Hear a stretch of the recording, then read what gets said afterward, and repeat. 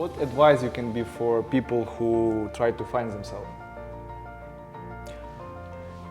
I don't know, I realized I was very lucky to be able to find something I enjoy doing and also find a place which gives me the opportunities to do so. So I think I'm very lucky in that respect. And I think the first step is find few things that you like, that you enjoy doing very much, and then see if there's a place where you can do this very well. Where the needs of the world and your skills collide, lies your calling. So it should be something that you enjoy doing very much, but there also should be demand for that. Because if there's no demand for that, it's just a hobby. So you should find something that solves a problem, creates value for somebody else as well as you. I think I think very few people know what they want to do. I didn't know, I just found it. I like actually solving problems. And somehow it ended up being in me in marketing and then teaching. But it's also about problem solving, that's what we're doing in class. So some people know exactly what they want to do. Other people, just somehow their life evolves and they find something that is the intersection between the opportunities that you have and the things that you want and can do. Okay, let's go. Very excited day for my vlog. We're located in Lisbon, Portugal, and Professor Chernev with me.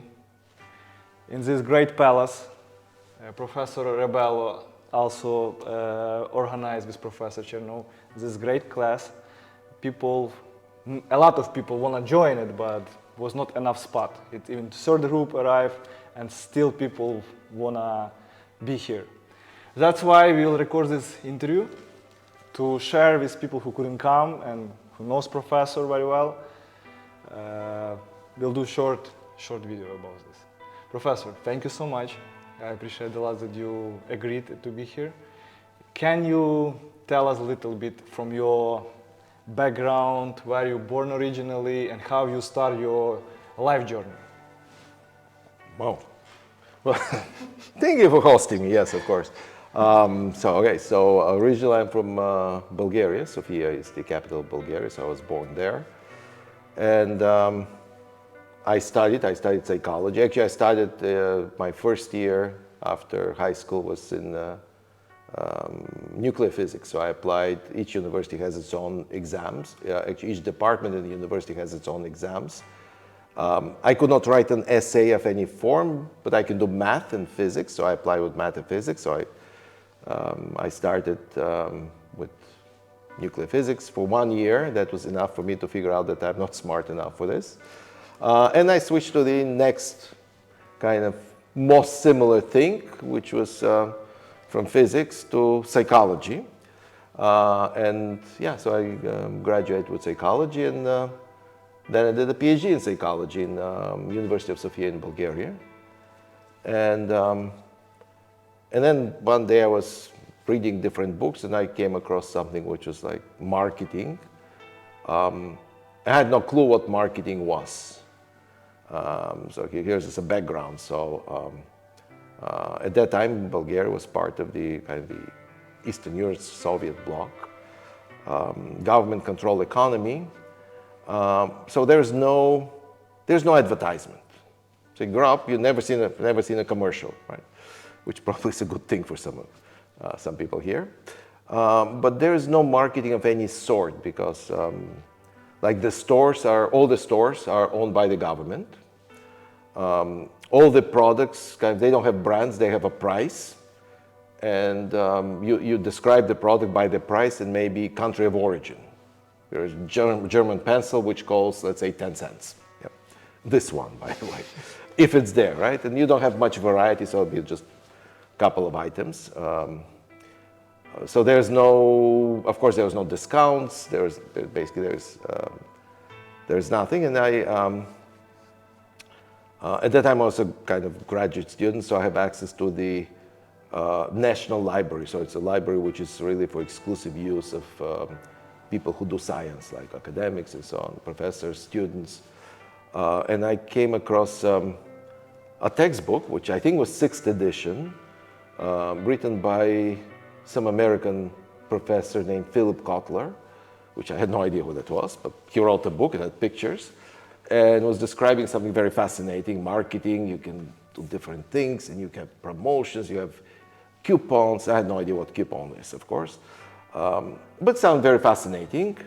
So I thought it's an interesting thing to do. But then if I do this, you cannot do it in Bulgaria because there's nothing happening there.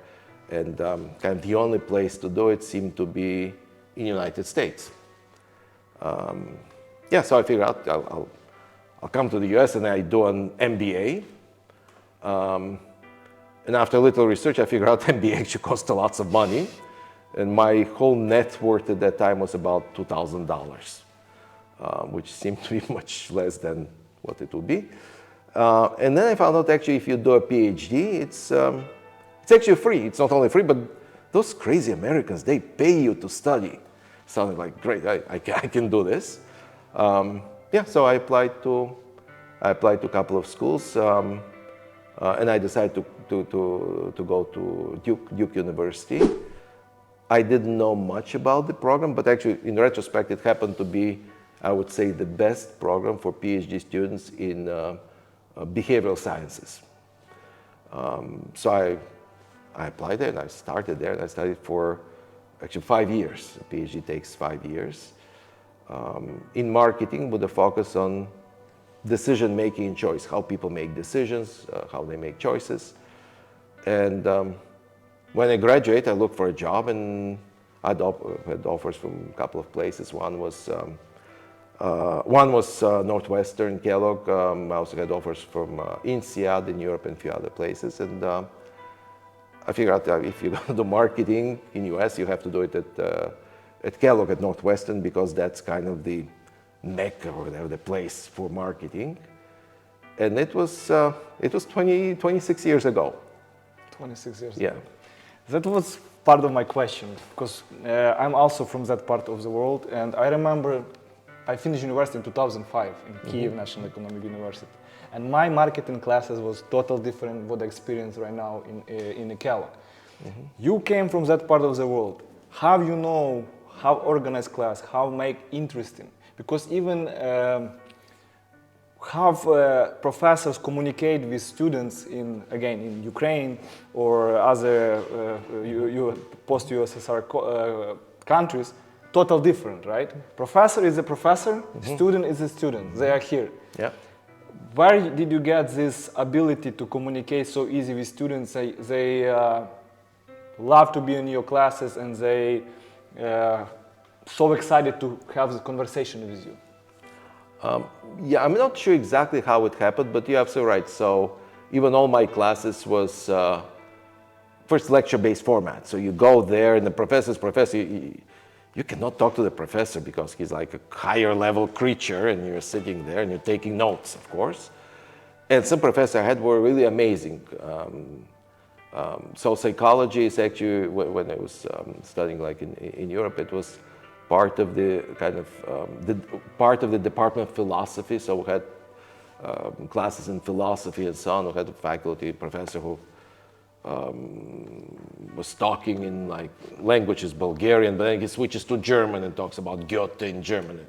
Like students are totally lost, and he doesn't realize he's actually switched to a different language.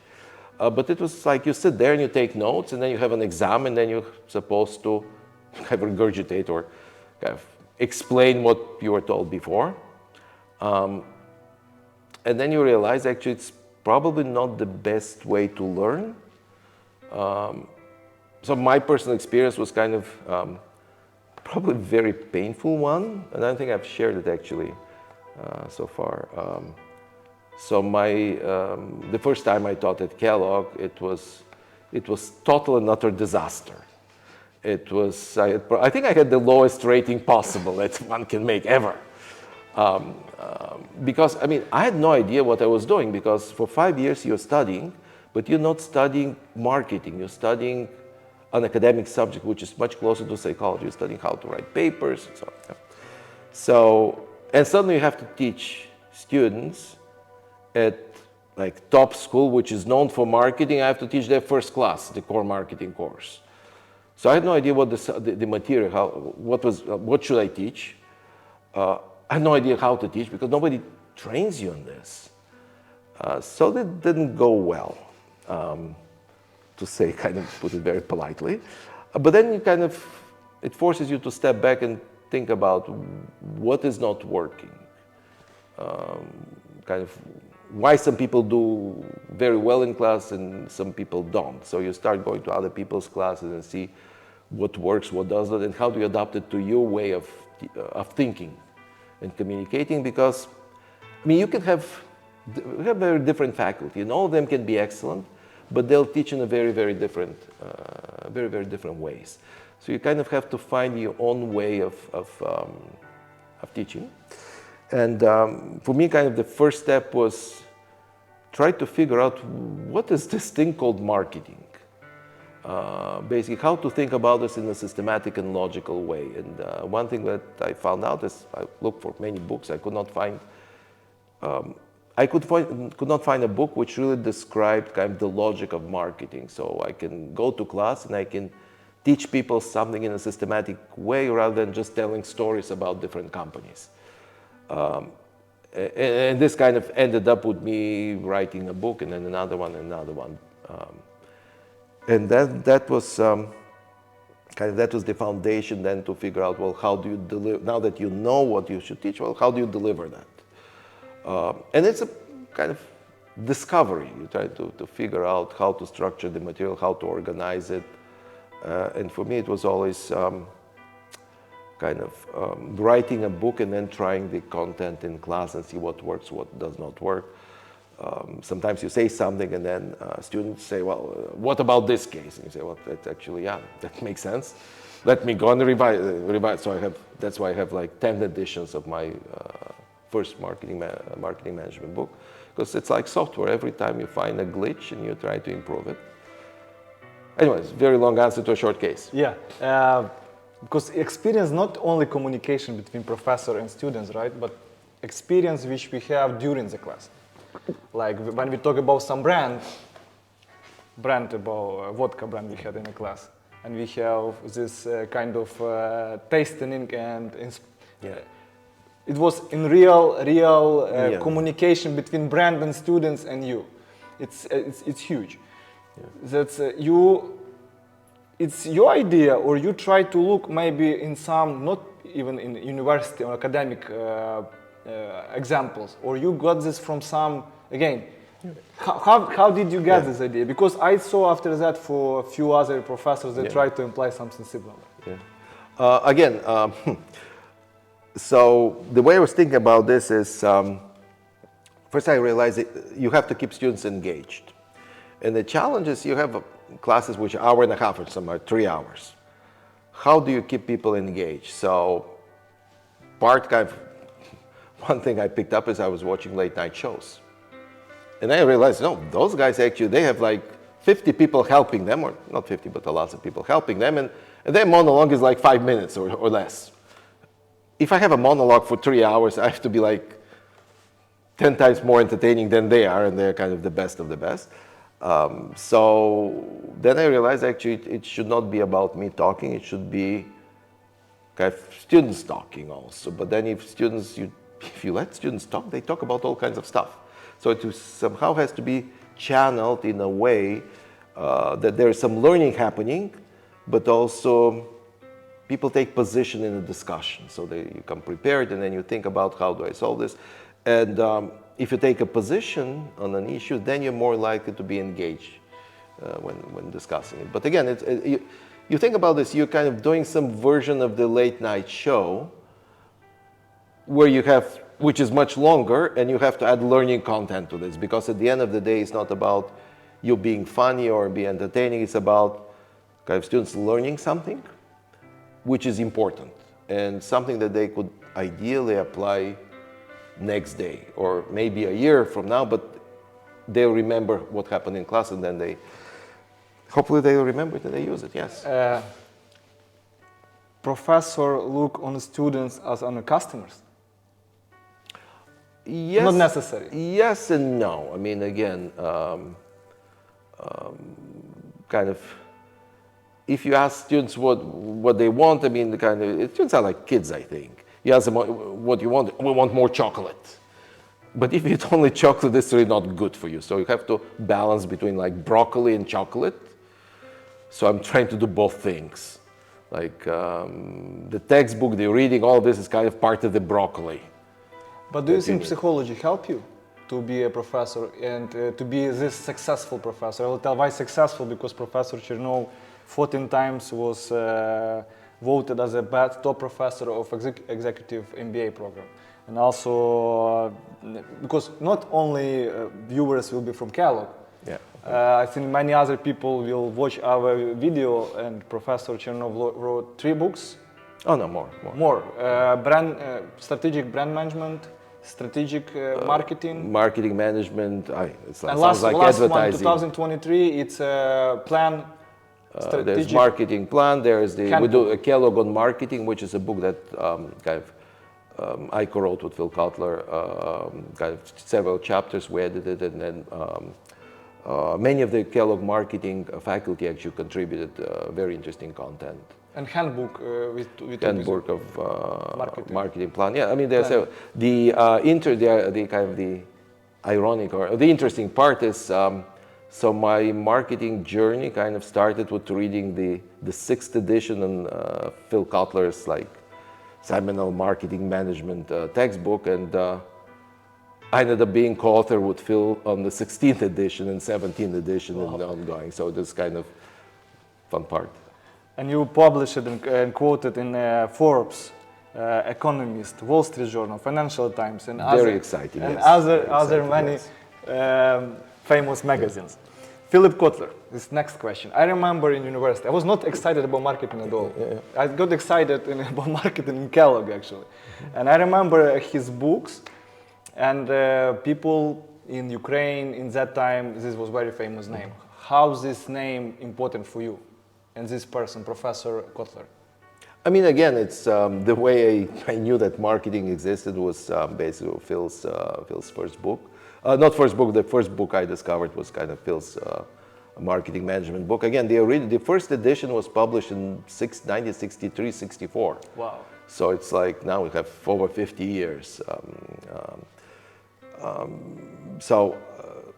One thing I discovered, Phil, is kind of the influence that he has around the world is just incredible. Because if you just mention that you know Phil Kotler, you've seen him, you actually work with him, and people say, it's like, wow, you must be very Professor important. Phil Kotler, also Northwestern, and he's retired now? Yeah, he actually retired like 3-4 years ago. He's a professor emeritus. He's extremely active. He writes, so here's an example. So last year, I sent him a birthday email, and it was like end of May. Hey Phil, happy birthday, blah, blah. And then his response, yeah, thank you, Alex. By the way, here is like the 5 books I wrote from the beginning of this year.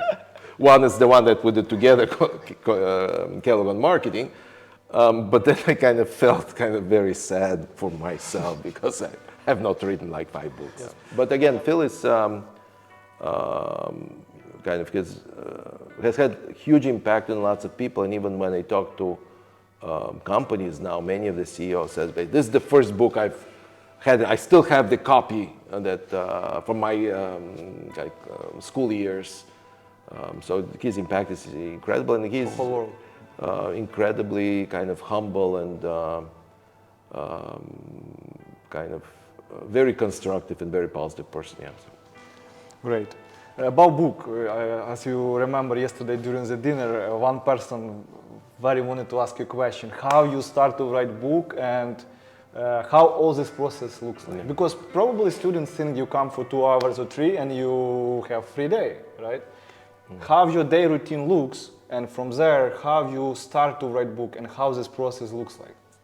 So again, I never had an intention to write a book. It was not. It just came out of necessity, and actually, I had to teach a class, so I had to explain what is targeting, what is segmentation, what's positioning, how do you price. And I need something that I can give to students, basically to tell them, basically, here's how you do it, because I might not cover it in class. And also for me, it was very helpful to write something down, because if you write it down and it's kind of in a way that's easy to understand, then it means that you understand it yourself. So as I was teaching, I was writing this note. Here's note on targeting, here's note on value creation, and so on. And then, like 4 years into teaching the MBA class at Kellogg, I figured out, well, at the end of the class, I'll give students kind of the summer, all these notes. I print them out and I put them in a binder. And I even put some front page which said strategic marketing analysis, I think, lecture notes. And I give everybody a copy, which I did. And then one of them comes to me and says, Professor, thank you very much for this, very helpful, but your book does not have a table of contents. And I started saying, this is not a book. This is just lecture notes. And as I was saying this, I realized that it has like covers, it has a title, it has different notes like chapters. Maybe it should be a book. And that's how it started. So that was kind of out of necessity to kind of be able to teach people something, and then it evolved into kind of something doing it more systematically. But you have some time frame where you start, or you write only at nighttime, or you in the morning, or it doesn't work like that, like in a movie, people like inspired in the nighttime or something like... Yeah, I mean, again, the decision to write a book on a particular topic or do a new edition, it just can happen like randomly. But again, just a routine, again, what works for me is morning time is the really productive time, intellectually productive time. So I'll have, wake up, I'll have coffee. Coffee is very important, so I have coffee shipped from Pete's Coffee. Pete's Coffee, yeah, from San Francisco, from headquarters, so it's kind of fresh. And then you have to ground it. You never buy like ground coffee already. You have to ground it. Hopefully it will be like within 3 weeks of roasting, and then you make the coffee. It's important. Good machine? I mean, it's Breville. It's kind of not, it's good enough for me. It's better than Nespresso also. Nespresso is good, but it's like not the same. And what else in your day routine? You drink coffee? So, and then I'll actually work on some project in the morning. Would be a book or like a couple of books. It depends on what either I need to do. Are you typing or you writing? I'm typing. Typing. I'm typing. It's just more efficient. Some people can write, and then you have to type. It's just too much work. You have a special room, or it can be a kitchen, it can be outside, or you need to be in your place? No, everything I do is on a laptop. I don't have a desktop. Okay, you can be... Because I want to be able to work wherever I am. I don't have, I mean, I have like 3 offices in my house actually, technically. But I might work outside, I might work in different places, because it's, when I travel, I work here a little bit, so here in Lisbon, between classes. So it's, I'm trying to be totally portable. Yeah, so. What about cases? Because I always think like how you decided this case will be interesting for a class, or you like a brand, or you hear something interesting is going on with this brand. Yeah, yeah. Why you choose this, exactly that case, these brands for cases? No, I don't choose brands, I choose problems. Problems, okay. And again, what makes a case interesting is not necessarily the interesting story, at least for me. And that's how cases are different from newspaper articles, right? So what makes a case interesting for teaching is basically whether there is a story you can teach, whether there is a problem that has a counterintuitive solution. So such that, you know, if you're a student, at work you face a problem like this, you have no idea what to do. So that's the first thing. And then you want to have an interesting solution, and then a lesson that you can take out of it. So multiple lessons. So that would be the key. So really finding an interesting problem that does not have a simple solution. And then you have to figure out how I'm going to teach it. Basically, what should students do? Like, how do you prepare? What questions do you answer? and then how you have the discussion. So one thing over time that I figure out how to make things simpler for me is usually each case has its own set of questions, and even multiple questions. So now you have to teach a class. I have to remember for each class, for each case, what questions to ask. So that's one thing, I simplified that very easily. So there's only one question for all the cases is, what do you do? Value proposition? No, what do you do? So this is your Okay, company, what do you do? So all the cases, it's really about you put in the shoes of a decision maker, and then the question is, well, what do you do? Why? And then, of course, being able to justify exactly why you do that, right? And how and then we'll look how it works. But that's kind of how you think about, how at least I think about case writing. It starts with the problem. Once you have the problem, once you have figured out like what are the key questions, once you have figured out what are the kind of interesting solutions and the learning point, writing the case is the easy part. And then you try it once in a class and not everything works very well, then you modify the case slightly and then you use it. For how many years you can use a case? Or it depends? Oh, I mean, the other thing, I tend to write cases which are not about a particular trend, but about fundamental marketing principle. If you have a case like this, you can use it for 10, 20 years. It's not a problem. Again, you have to explain why you use a case like this, but you don't have to have artificial intelligence in a case to use the case. But you can always discuss artificial intelligence and its application in the context of a case, of any case. Wow. So. You're in good shape. You do any kind of exercise? Oh, thank you. Not in very good shape here because we're eating and drinking and every day. Yeah, because we're in Portugal, we have a lot of wine. Yeah, and I've been here for like 2 weeks. And Okay. Yeah, but again, I try to stuff outdoors. I mean, kind of one favorite thing is kind of swimming because you can do it almost everywhere. I do it actually here. There's a swimming pool Great here. pool. I did in the morning. Yeah, so it's actually, yeah, so it's great. And when you swim, you can also think about different things, right? So you have crazy ideas or good ideas, bad ideas coming to mind. I mean, like last month I was skiing, so I do. Are you snowboarding or just I tried snowboarding, very painful, and I figured out, I enjoy skiing, I do it well, so I'll stay with skiing. And I also like to be kind of not to break anything, so snowboarding was just very, very painful. I like biking, I have a bike, so I like biking. I live near the lake, so I have a paddleboard, so I do that in Chicago, like in Evanston, sometimes in the morning. It's great, you can see the skyline, Chicago skyline from the lake, beautiful. Yeah, different things, whatever, it's enjoyable. One thing I've not mastered, and maybe I will someday, is golf. It sounds like very exciting thing. Lots of people are so excited about this. I somehow never got into that. No, I'm surprised. But you need time. Yeah, exactly. For me, it's the problem, time. Because some people can go and Sunday spend whole Sunday to play golf. For me, it's a little bit difficult. And it's also Chicago winter. Yeah. So you can just play only 3-4 months. So maybe one day. I'm not kind of opposed to it, like golf is. If people like it, it might be fun, but just I haven't had a chance to. I didn't grow up in a country where golf was very popular. Yeah, exactly. So. In our country, it's not popular. For you, is this pressure that you know how marketing works? Are you easy customer, or for you, to be a brand which you like is not easy? Like what I tried to say. To make you pay money for some brand, it's easy or not? Because you always think about, okay, I know how this works. I don't believe of that, right? I mean, I know how it works, but I'm also. You enjoy branding. Yeah, branding. I mean, good brands work, right? So, again, it's. I mean, I have like Apple Watch. So I mean, brands influence everybody. So if you have a strong brand, it's not just the name created by hype.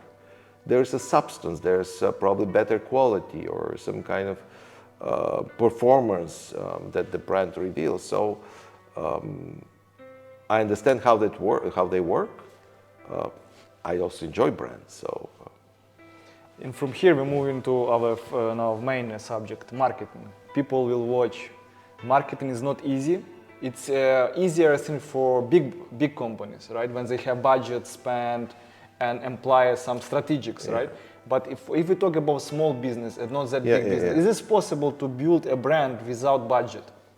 Yeah, actually, one thing you think small companies think it's money solves everything, and that's not true. Actually, in many cases, money is actually can be counterproductive, because you think about how can I have $10 or $100 million budget, then you start thinking how can I spend this budget, and you go to companies which can absorb this amount of money.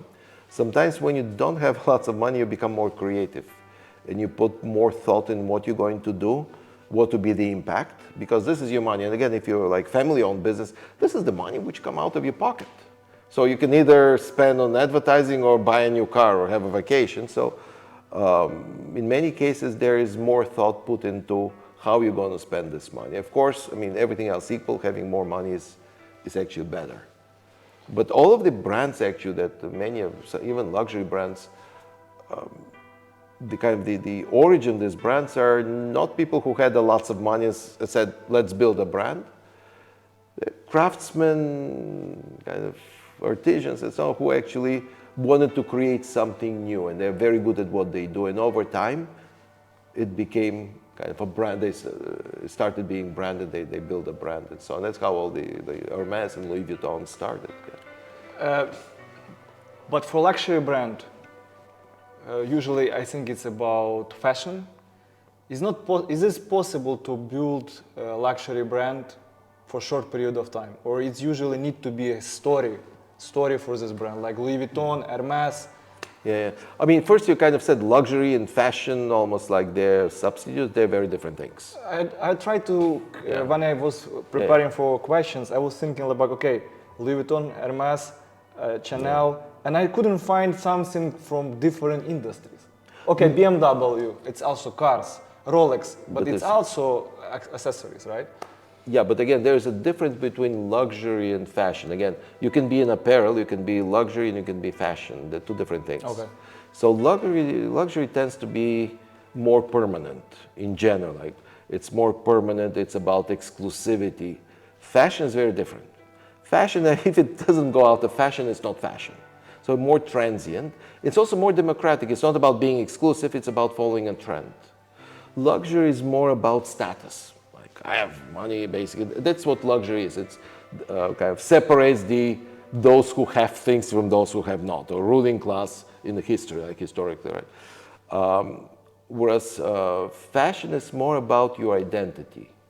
It's not about your status, but who you are. So that's kind of two very different things. Let's talk about luxury. Yeah. But again, one thing that has happened, kind of, in the past couple of decades, luxury moved toward fashion. Mm-hmm. So if you think about Gucci, historic has been really kind of this status thing. And then with Tom Ford, Alessandro Michele, who's because of collaboration?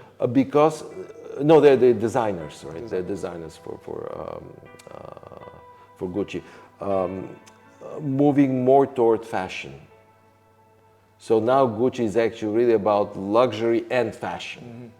But you can have pure luxury like Chanel No. 5, right? or Chanel. Some of the Chanel stuff is just timeless, kind of, it's a classic. And then you have fashion, which is Zara. So okay. There's kind of two different dimensions, but more and more luxury is moving toward, I mean, I can give an entire lecture on this, but that's a problem talking with professors. They always want to talk. But again, one reason why luxury is moving toward fashion is because kind of people who buy luxury want to kind of show status. At some point, they try to kind of convey or express their identity. And luxury is not the best way to, like pure luxury status, you don't express identity, you just express, I have money. Have power. And then when you move toward fashion, you start kind of expressing, I have money, I have power, but also I have kind of, this is me. Mm-hmm. And that's why kind of companies, that's why Gucci did recently, kind of in the past couple of years, past 5 years, did very well kind of to this move from pure luxury to more luxury fashion. Got it. Do you think branding, marketing in nowadays easier or more difficult than before? What I mean, if you try to create brand. Yeah. I mean, I think it's more difficult, and the reason it's more difficult is, let's see, several reasons. First, you have, let's step back. So it's both more easier and difficult. The reason why it is easier is because it's now you have the platforms for communicating. You have much better research tools to identify who your target customers are. You have better ways to communicate to niche customer groups. So this kind of makes it easier. But also because everybody can do it now, it makes it more difficult. And just you have many more tools. So now you have to be a good marketer. You have to know all of these tools. You have to know how to gather data, how to analyze data. You have to know all the different channels. I mean, 10 years ago, like the whole idea there would be like TikTok, and you can spend lots of money on TikTok, and it will influence how customers, whether or not customers buy your product. It was kind of, somebody will say it's crazy. Yeah? So there are many more tools, and to be a kind of a good marketer, you have to know how to use those tools, and that's why. And of course, to build a brand is kind of part of marketing, and that's why more and more companies, when they hire different marketing functions, whether it's pure like marketing in general or brand building in particular, they look at, do you really know how to use those tools? So gone are the days where you have, it's marketing all about, let's sit down and figure out who is the target customer and so on, and then we develop a campaign. So now you have many more tools to do that. And because you have many more tools, you have to know how to use them, and which requires a very different skill set. Do you see any new trend where we're going in this time? Maybe AI will change something in the marketing? Oh, AI has been changing lots of things, and the challenge is that the speed with which these changes occur is kind of exponential. So it's it's very difficult to predict exactly what is going to happen, but one thing for sure, it's going to happen. It's happening very fast. From generation, like generating content, to targeting, to like creative, like you can, I don't need to hire designers. I can just have AI generate anything that I want. I mean, the challenge is that all of your competitors do, and then you end up with the same. It will be more difficult to compete because everyone uses the same tool. Exactly, and the other challenge is that at this day and age, AI, artificial intelligence, is more of a tactical tool. It works better as a tactical tool. No strategy. To get to a strategic tool, it has to learn much more. But I need to create an image like this in this environment. Great, this is easy, right? So, but you have to keep in mind, so if you're in a creative field, if you're in kind of any marketing tactics function, whether it's product design or even things like pricing, I'm not sure how many of those jobs would be safe in the near future. I hope that kind of faculty will still be safe for a certain period of time. That's the hope. Hey, you never know. What about self-branding? Now it's a huge trend about self-branding. People try to do self-branding, and it's help when you know who owns a brand and people trust more. I think it's also new trend. Like not that new trend, but it's something what people try to do a lot. I mean, put it this way. So historically, I mean, only the companies did the branding. Then some individuals did branding mostly through publishing, because that was the way you publish a book, and you publish many books, and then you kind of can create a brand, because this is a means of communication again. So what happened with democratization of communication, because now you have YouTube, you have Facebook, you have many different channels to communicate. The problem is that everybody is doing that, so you want to somehow to differentiate yourself. So then you have to create something that really helps people remember who you are. And this could be a basis for a brand. Now, technically speaking, like a brand is a tool that you use in commerce. So technically speaking, what you build is reputation. The moment you start monetizing it with your name or some other name, that's kind of when you have a brand, because you start using it in commerce and you start monetizing it. But yeah, more and more people are doing it because, again, there's so many voices out there. So what you're trying to do is you're trying to make sure that people hear your voice, but also they remember who you are. And yeah, so it's the same way as with many brands. But do you think we still have opportunity to create something what I like from your one of the case like North Face did with Wikipedia? It's like great idea how collaboration create how is a great added value for customers, and this was like great co-op. It's always something like that you can find on it, or it's more difficult to do, or Dollar Shave Club. Yeah. Like it's business idea, it's not about marketing, but I think they also use great marketing to do this. Well, let me if we stop still you. have opportunity. No, but let me stop you there. It says business idea, not marketing idea. Yeah, it's Like you're talking to the wrong person, right? So, because at the end of the day, like if you think about marketing, the way kind of companies should think about marketing is really about making markets work. It's about creating value. And again, even you mentioned Dollar Shave Club. Again, what they did was basically, it's very basic marketing. Actually, Gillette is doing like functionality only, and they figure out, hey, no, they're doing functionality, but nobody cares about functionality anymore because 3 blades are good for me. So now they figure out, Gillette is doing this crazy thing with 5 blades, and they're raising the prices. You know what? We're going to go lower. That's a low price, a dollar a month. It's actually not dollar a month, but it sounds great. But it's still an opportunity on the market that you can create something like what can disrupt the market, market. Yes, I mean again, what often creates opportunities is some kind of shift.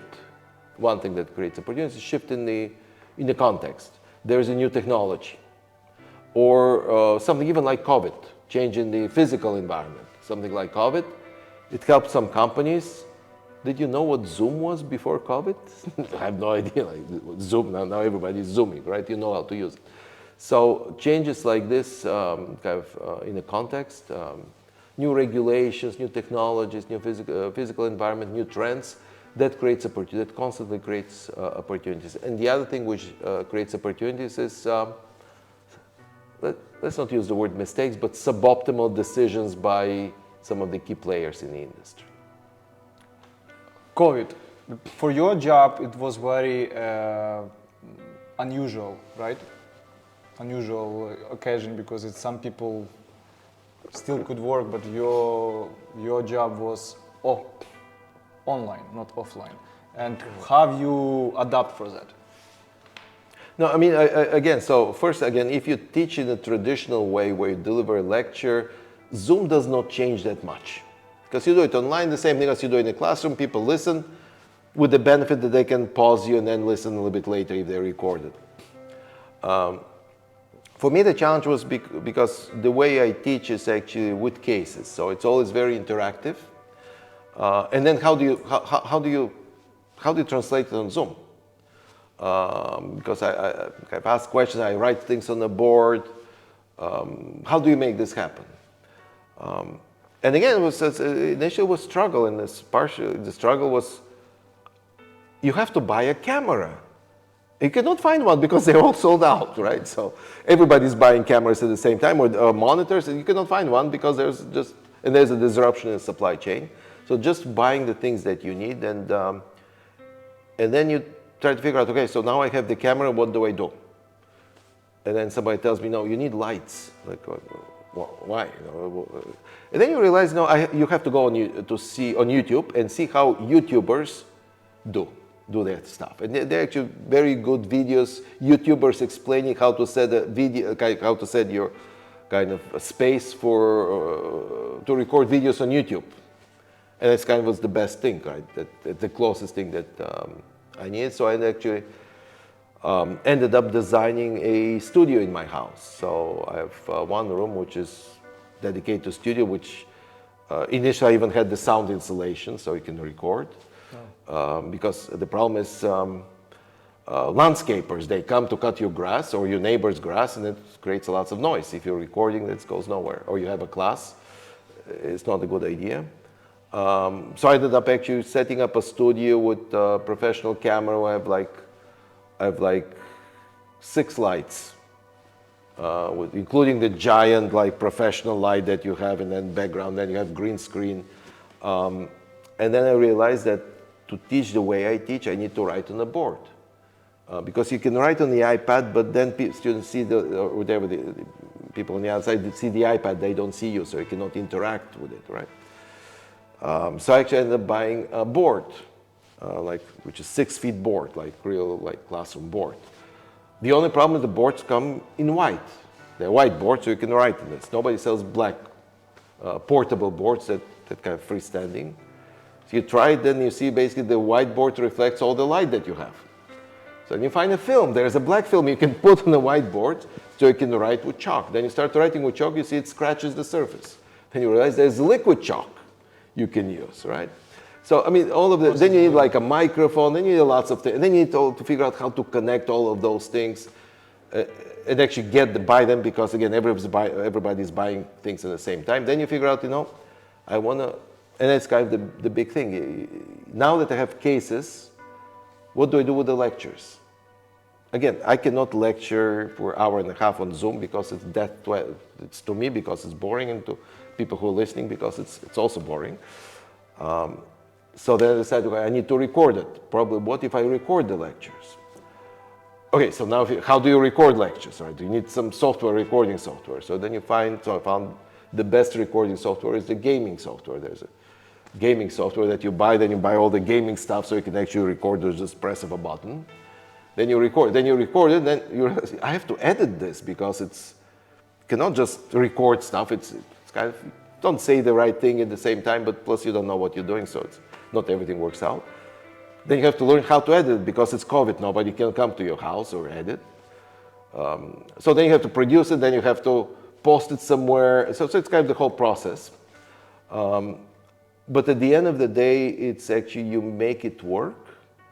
And I think right now, the biggest compliment I got for this was from one student from one of the cohorts, which did everything on during COVID, right? And one of the students comes to me and says, after COVID, when they graduated, said, Professor, I'm so happy that we had your class before COVID.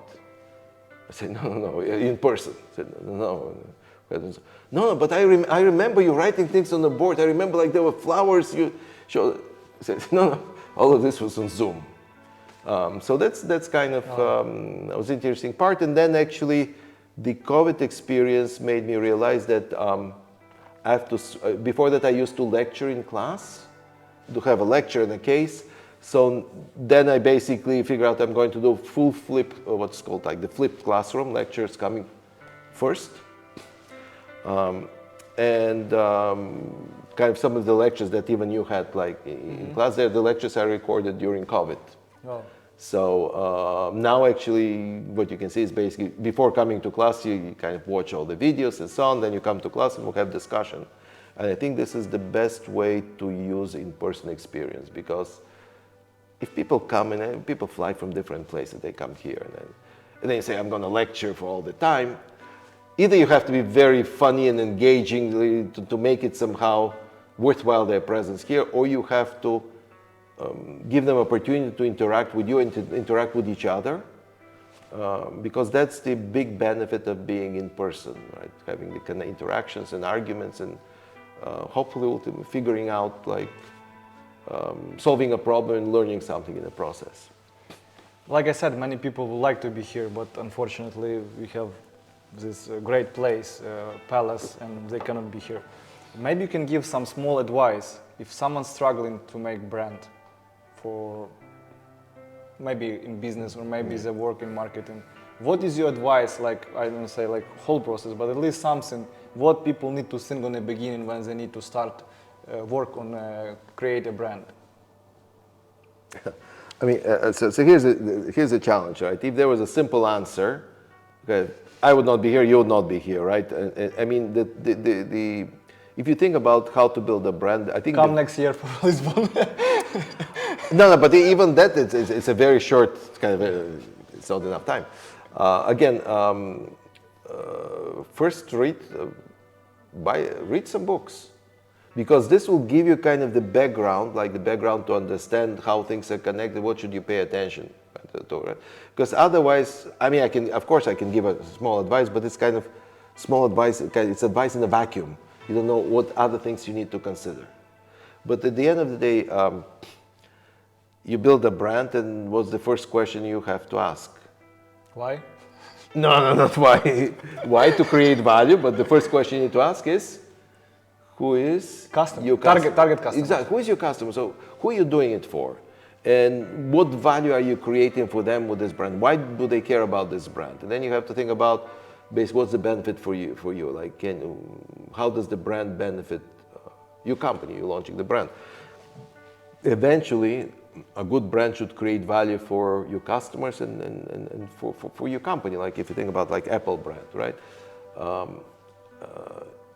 People buy Apple and they're happy. They're willing to pay more for Apple, and they generate more money for Apple the company. So that's why you have to use the brand in a way that it creates value for your customers, but also you're able to capture some of this value. You love what you do. We can feel that, right? You enjoy. What advice you can be for people who try to find themselves? I don't know. I realized I was very lucky to be able to find something I enjoy doing, and also find a place which gives me the opportunities to do so. So I think I'm very lucky in that respect. And I think the first step is find few things that you like, that you enjoy doing very much, and then see if there's a place where you can do this very well. There's a great quote, I think from Socrates, but I might be wrong. It's one of the ancient Greeks. Where the needs of the world and your skills collide, lies your calling. So it should be something that you enjoy doing very much, but there also should be demand for that. Because if there's no demand for that, it's just a hobby. So you should find something that solves a problem, creates value for somebody else as well as you. I think very few people know what they want to do. I didn't know. I just found it. I like actually solving problems, and somehow it ended up being in marketing and then teaching. But it's also about problem solving. That's what we're doing in class. So some people know exactly what they want to do. Other people, just somehow their life evolves and they find something that is the intersection between the opportunities that you have and the things that you want and can do. Last question. Very philosophical, yes. Very philosophical. Another one is even more philosophical question. What would you tell your younger self if you have a chance to travel in a time to that age when you're like 15 or 14 or 16?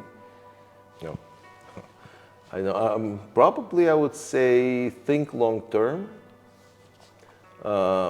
Because again, it's sometimes we're thinking only about what will happen tomorrow, short term and so on, but thinking about longer term, what's important, probably that'd be one of the things. Professor, think long term. Thank you so much, and I really appreciate you have huge impact on my life and all my cohort, as I know, and other people in the Kellogg students. Thank you again that you spend your time here, and all the best for you. Thank you very much, Thank you Roman. so much. Thank you very much. Thank you.